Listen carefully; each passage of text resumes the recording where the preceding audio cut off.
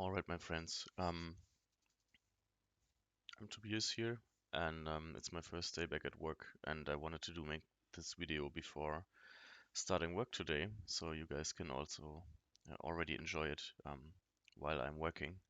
Um, I'm still a little tired, so excuse my voice, and also I'm not a professional YouTube streamer in any way, so my setup might not be the best. But a few people on Twitter wanted to hear something about what do I actually need to build a microSAS. And I want to take a look at something that we already came up in the discussion, but is a good starting point for the discussion itself. Um, and we're going to take a look at the developer roadmaps, which is a website you can see here, Roadmap SH. And I think it's one of the best websites to look for like what kind of way you need to go in learning to actually get somewhere and start doing stuff. Um, and I think the more important thing for microSaaS, so I'm imagining like a product that's very small and just does one thing really good, which is my definition of a microSaaS. So you just need a payment provider and some functions that do something, and then we want to create a website around it and very fast. Um, so I'm going to show you two ways to do this, but we're first looking at the front end roadmap for that because I think it's going to be more important than the back end one. Um, if you open this, you get like this plastered with information, but it's really good to take a look at this and um, go kind of this way in your learning to actually get somewhere. Um, so what we're really interested in is all the orange and yellow parts. You should follow probably most of those and really only go for the ones that are here recommended. You can pick the alternative options later if you really need them. Um, yeah, but it's like there's stuff you should learn, and that's mostly things that have this marker. Um, Exactly. So we're just gonna start with internet, and then there comes the first really big decision. What should I learn when I want to build a microSAS? So Arvind asked me on Twitter, and he is using Python right now, which I think is a fine choice for learning programming in general. But if you want to go for the web, this is what you will have to learn. Um, there is some stuff that you can do in backend with Python, not recommended, I think, in my opinion at least. But this is what you will have to learn. HTML, CSS, and JavaScript is your bread and butter, and without that, you won't get very far in developing your first microSAS if you want to. You should also take a look at all of this on both sides. It's very important. And what you should also learn before starting out is these version control systems. You should only use Git. There are older things around. Ignore all of them. Git is the only one that you have to learn. So basic usage of Git would be something you should learn before you start actually developing stuff. For repo hosting, you can just pick GitHub. GitHub now supports private repositories as well. In the past, people recommended GitLab because it was the only one that supported free private repositories. Since GitHub changed their policy about that, you can just pick GitHub. You can host your repositories there. All this will make sense if you do this part. You can still do this part, I think, and I think having a basic knowledge of HTTPS is fine. You should have that. That's a good thing to know. I think here, I hope my mouse is viewable. I think here's the cutoff where you can just start building your microSAS, and we will come to all of this later. Um, or maybe we'll come to it now, actually, because I think there's two ways to do this, and one is more beginner friendly than the other. So what do I need to build a microSAS? There are two things you can do. The easier way is just learning what I just said. So you learn basic HTML, you learn CSS, you learn JavaScript. Um, that's really all you need to build a website. Anyone telling you different is wrong. There's a lot of opinion in the developer market right now, and everyone has their favorite tools. You can build a website with just vanilla, which means the basic that you have in browser, HTML, CSS, and JavaScript. I would recommend, though, going for a bundler. Um, a bundler is pretty much a tool that you can use so you don't have to manually stick all this stuff together so they know each other. Otherwise, you have to do all of this by hand, which is fine, but it's easier for especially JavaScript if you want to have more than one single file, which you should never have when it has a certain length. Um, a bundler can take multiple JavaScript files that you have and just bundle them together. And then you can take what the bundler gives you as an output and put that on a hosting website. Um, that's far easier than doing it yourself. So I would recommend Vite. You can also take a look at Parcel, which is kind of an older version. Vite is very, very fast and very, very efficient in bundling. You should probably learn Vite. Take a look at it. You don't really have to learn it. You can just use it. The documentation is very fast, straightforward. You can take a look at astro.build. I'm not sure you're gonna need it. It's a tool that gets recommended by Theo a lot, which we will take a look at in just a second. Um, check it out if you want to. I would just go for Vite and all of these three, and then you can pick another JavaScript framework later when you learned and you have actually used stuff. So we're gonna take a look at Theo's Twitter before we go to the right part here. Theo has posted this. What better time than to release my React Pros guide to frameworks? Because frameworks in this case are very important. This is kind of much, but he just basically describes the parts of an app that you should know about or that you should pick to build an app. And what I just said about the roadmaps is that front-end development is more important, but you're gonna need to have to probably write some backend code. You can skate around that with some things, but when you actually have some data that you want to churn on the backend or just transform something or even just record your payments through Stripe when you have a subscription model later, you're probably going to need a small backend. And that's the part where you become a full stack developer. Um, so this is the one that we just talked about. We have an HTML static site. You can do that with just HTML, CSS, and even without JavaScript. But we're really interested in these right parts here. Um, like I said, you can go with Vite for a builder, a bundler. Um, and then comes the big framework question.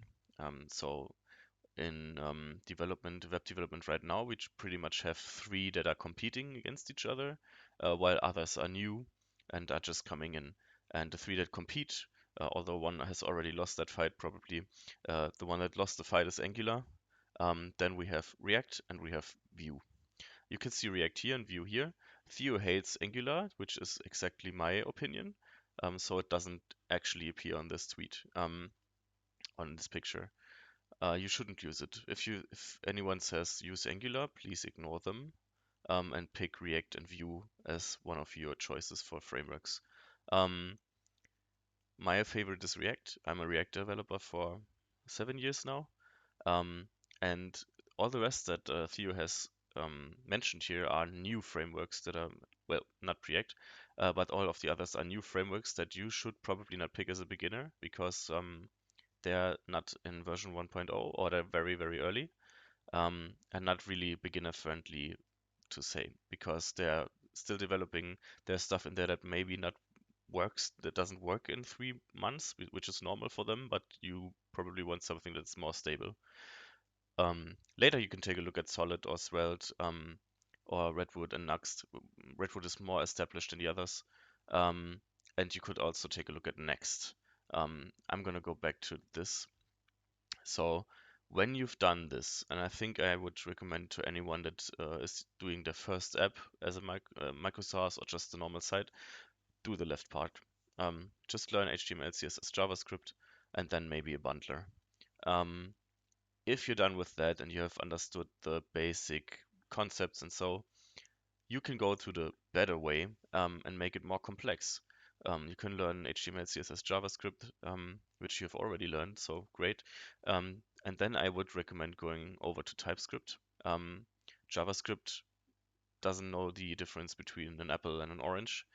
With TypeScript, you can actually type every variable you will use.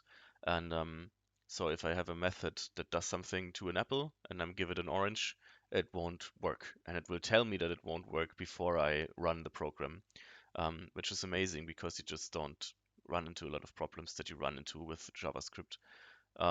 You're gonna understand once you've done all of these three. CSS is also pretty limited in what you can do. It's sometimes a little complicated to do stuff with CSS only. So I'd recommend, and maybe just do this as an addition here on the left side, learn Saas. Vite can bundle Saas as well, um, and it makes your life a lot easier when doing a lot of styling on your website. Um, you're gonna see what the difference is. In CSS, you pretty much can't have nested classes, and that means you have a very long file that has to reference everything that it needs. Um, while in Saas, you can nest all of your CSS classes, and that's very easy to read and also better. And then, if you have learned all of these, you're pretty much on the point where you have to or you can pick a JavaScript framework or a TypeScript framework. A framework just means that it gives you a lot of stuff and makes a lot of stuff easier than when you do it by hand. You're completely fine using just a bundler in D3, but there's things in Next, for example, where you can um, render stuff on a server, and so your web pages are pretty much done before someone um, actually gets the files from the server. That means we have no dynamic rendering on the server on the browser. Everything is done by the backend already, which means the performance is way better. But if you build something great with HTML, CSS, JavaScript, Vite will also bundle your stuff pretty well. Next has also features like um, optimizing your images for the screen size that the user uses and stuff. The same for the other frameworks. Next also provides you with a built-in backend. So just with Next, you can pretty much build your frontend and your backend. And you don't need any other tools for that. The same goes with Nuxt and SvelteKit and also Redwood. It's always an opinion what you want to pick out of these four and others, because Theo has referenced some other frameworks as well. I'd recommend going for Next, but that's my personal opinion because it's built on React.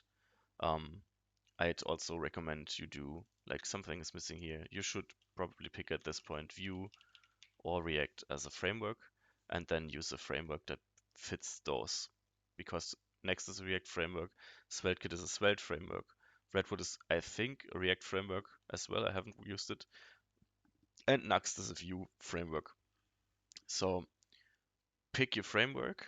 I'd recommend React, but I'm a React developer, so I'm a little biased. And then pick something that is built on top of that framework, which is Next, for example. Um, yeah, an example for a microSAS where I just wanted to show you that it's not really necessary to do this.